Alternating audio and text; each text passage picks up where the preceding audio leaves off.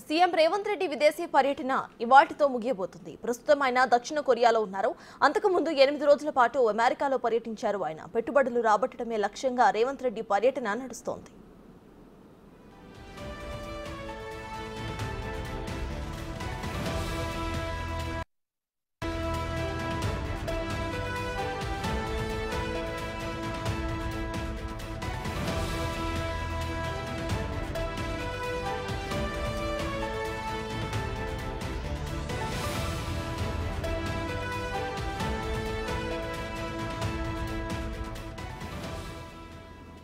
ఇక నిన్న సియోల్లో ఉన్న సియోంగే సియోన్ స్ట్రీమ్ ను పరిశీలించారు రేవంత్. స్ట్రీమ్ సుందరీకరణకు అక్కడి ప్రభుత్వం చేపట్టిన పనులను దగ్గర నుంచి చూశారు. ఆయన మూసీ సుందరీకరణకు సీఎం రేవంత్ రెడ్డి మానసపూర్తిగా లాంటిది. అయితే ఏ విధంగా చేయాలి, ఎక్కడ మొదలు పెట్టాలి అనే దానిపై మొదటి నుంచి కూడా ఆయన కసరత్తులు చేస్తూనే ఉన్నారు. గతసారి లండన్ పర్యటనలో కూడా థేమ్స్ రివర్ ను పరిశీలించారు రేవంత్. ఇప్పుడు సియోల్లో సియోంగే సియోన్ స్ట్రీమ్ ను పరిశీలించారు ఆయన. అంతకంటే ముందు హ్యుందాయ్ మోటార్ కంపెనీ అధికారులతో సమావేశమయ్యారు. హైదరాబాద్ లో మెగా కార్ టెస్టింగ్ సెంటర్ ను ఏర్పాటు చేయడానికి హ్యుందాయ్ మోటార్స్ ముందుకొచ్చింది.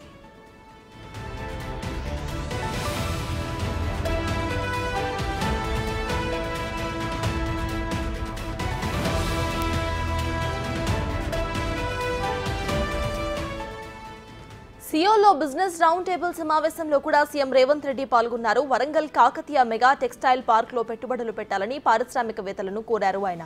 కొరియన్ సంస్థలు కూడా సానుకూలంగా స్పందించాయి. వరంగల్ టెక్స్టైల్ పార్క్ లో ఇన్వెస్ట్ చేయడానికి తాము సిద్ధంగా ఉన్నామని ప్రకటించాయి. కొరియా పర్యటనలో రేవంత్ రెడ్డి మొదట ఎల్ఎస్ గ్రూప్ చైర్మన్ తో భేటీ అయ్యారు. ఎలక్ట్రిక్ కేబుల్స్, బ్యాటరీస్ తయారీ, గ్యాస్ ఎనర్జీ రంగాల్లో పెట్టుబడులు పెట్టాలని సీఎం కోరారు. త్వరలో హైదరాబాద్ పర్యటనకు వస్తామని ఎల్ఎస్ ప్రతినిధులు చెప్పారు.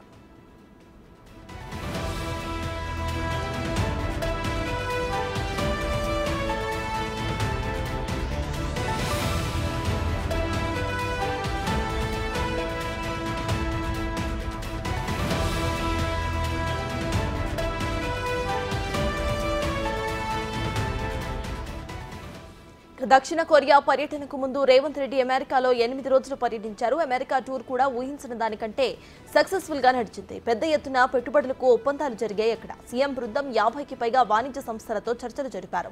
అందులో 19 కంపెనీలు తెలంగాణలో ఇన్వెస్ట్ చేయడానికి ముందుకు వచ్చాయి. 31,532 కోట్ల రూపాయల పెట్టుబడులకు ఒప్పందాలు జరిగాయి.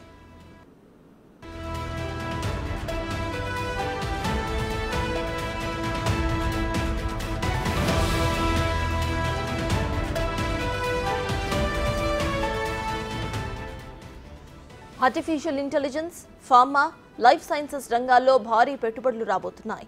Electrical vehicles, data centres, IT, electronic రంగాలు కూడా హైదరాబాద్లో మరింత విస్తరించిపోతున్నాయి. సీఎం అమెరికా పర్యటన ఫలితంగా రాష్ట్రంలో 30,750 కొత్త ఉద్యోగాలు ఇప్పుడు లభించబోతున్నాయి.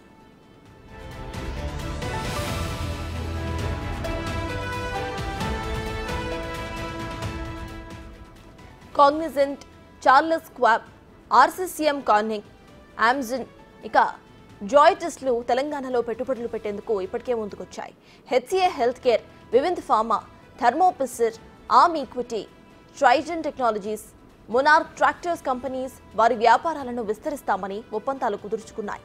అమెజాన్ కూడా హైదరాబాద్లో డేటా సెంటర్ విస్తరణకు ఓకే చెప్పేసింది. యాపిల్, గూగుల్, స్టాన్ఫోర్డ్ యూనివర్సిటీతో పాటు ప్రపంచ బ్యాంక్ ప్రతినిధులతోనూ సీఎం బృందం చర్చలు జరిపాయి.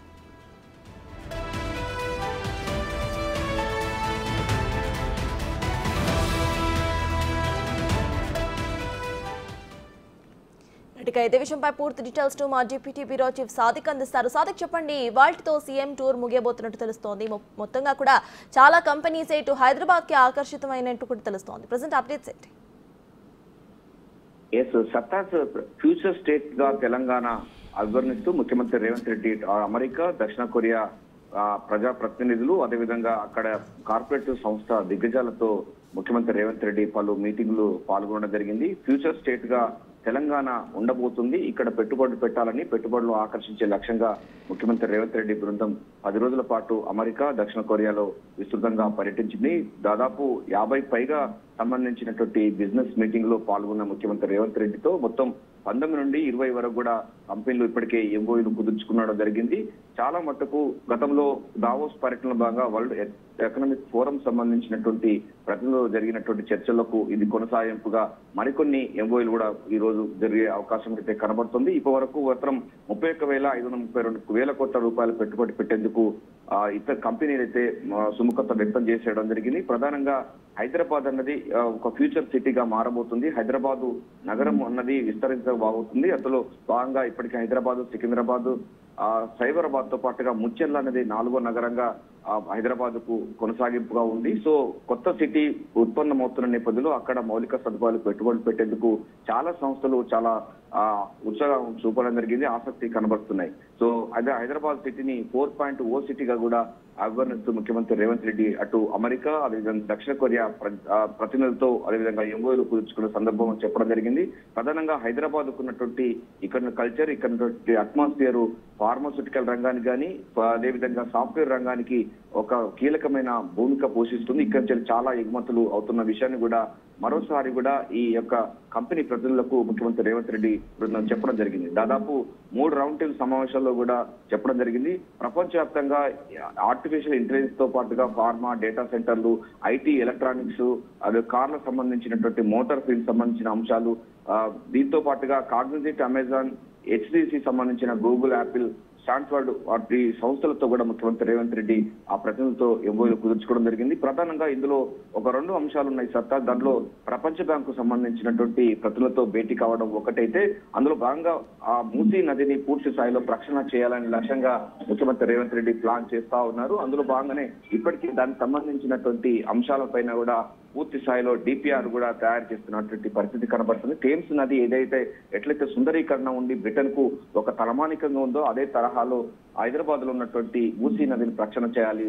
మూసీ నదికి ఇరువైపులా ఒక బిజినెస్ ఎకనామిక్ జోన్స్ గా చేసే లక్ష్యంగా ముఖ్యమంత్రి రేవంత్ రెడ్డి ప్లాన్ చేస్తున్నారు. ఇప్పుడు ప్రస్తుతం అయితే దక్షిణ కొరియా రాజధాని సియోల్ లో పర్యటిస్తున్నారు. ఈ రోజుతో ముగుస్తుంది. సియోల్ లో కూడా నిన్న హుండాయ్ కంపెనీకి సంబంధించిన వాళ్ళు కూడా మాట్లాడడం జరిగింది. అక్కడ నుంచి పెట్టుబడి పెట్టేందుకు వాళ్ళు కూడా సుముఖత వ్యక్తం చేస్తా ఉన్నారు. ఇక్కడ ఒక యూనిట్ ను పెట్టేందుకు కూడా సిద్ధమవుతున్నారు. దీంతో పాటుగా టెక్స్టైల్ పార్క్, హైదరాబాద్ లో టెక్స్టైల్ పార్క్ కూడా పెట్టుబడులు వచ్చే అవకాశం ఉంది. ఈ రోజు ప్రధానంగా దక్షిణ కొరియాలో ఉన్నటువంటి సియోల్ లో నగరంలో ఉన్నటువంటి హన్ రివర్ ఫ్రంట్ అని ఉంది. హన్ రివర్ ఫ్రంట్ అంటే మనం ఇప్పటిదాకా చెప్పుకున్నటువంటి మూసీ నది తరహాలోనే నగరంలో నడిబొడ్డున ఉన్నటువంటి ఈ హన్ రివర్ ఫ్రంట్ బ్యాంపు హన్ రివర్ సంబంధించినటువంటి పార్క్ సంబంధించి దానిపై ముఖ్యమంత్రి రేవంత్ రెడ్డి పర్యటించడం జరిగింది. అక్కడ ఉన్నటువంటి పాలక మండలితో కూడా చర్చలు జరిపి మన రాష్ట్రంలో తెలంగాణలో ఉన్నటువంటి మూసీ నదిని ఏ విధంగా ప్రక్షాళన చేయాలి, దానికి సంబంధించినటువంటి అంశాలు ఎట్లా ఉంటుందని కూడా వారితో కూడా మాట్లాడే అవకాశం ఉంది.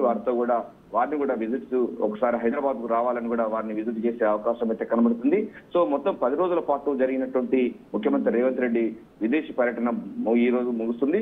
సాయంత్రం ఈ రోజు ముగిసిన తర్వాత అక్కడ నుండి మనకు సింగపూర్ సియోల్ నుంచి సింగపూర్ నుండి హైదరాబాద్ కు రాబోతున్నారు. రేపు ఉదయం 11 గంటల వరకు ముఖ్యమంత్రి రేవంత్ రెడ్డి హైదరాబాద్ కు చేరుకోబోతున్నారు. మొత్తం ఆగస్టు 3వ తారీఖు రోజు విదేశీ పర్యటనకు వెళ్ళినటువంటి ముఖ్యమంత్రి రేవంత్ రెడ్డి చాలా సంస్థలతో సమావేశం కావడం అనేది ప్రాధాన్యత సంతరించుకుంది. ఇప్పటి వరకు అయితే మనకు 32,000 కోట్ల రూపాయల పెట్టుబడి పెట్టేందుకు ఈ పర్యటన ద్వారా ఎంఓలు కుదుర్చుకోవడం జరిగింది. గతంలో దావోస్ పర్యటనలో భాగంగా 40,000 కోట్ల పెట్టుబడి పెట్టేందుకు కూడా వివిధ సంస్థలు అయితే ఆసక్తి కనబరిచిన విషయం తెలిసిందే. సో రాష్ట్రాన్ని పూర్తిగా స్థాయిలో అంటే తెలంగాణ అన్నది ఒక యవనికపై అంటే భారతదేశ యవనికపై ఒక చిరస్థాయిగా ఉండే విధంగా అదేవిధంగా ఒక విశ్వనగరంగా వ్యాప్తి చేసే లక్ష్యంగా ముఖ్యమంత్రి రేవంత్ రెడ్డి 4th సిటీని ముచ్చర్లలో ఏర్పాటు చేస్తున్నారు. దాన్ని విస్తరించబోతున్నారు. అదేవిధంగా తెలంగాణ ట్యాగ్ లైన్ కూడా ఇప్పుడు మారబోతుంది. ప్రపంచానికి ముఖ్యమంత్రి రేవంత్ రెడ్డి అయితే Telangana future state of Telangana అనే ట్యాగ్ లైన్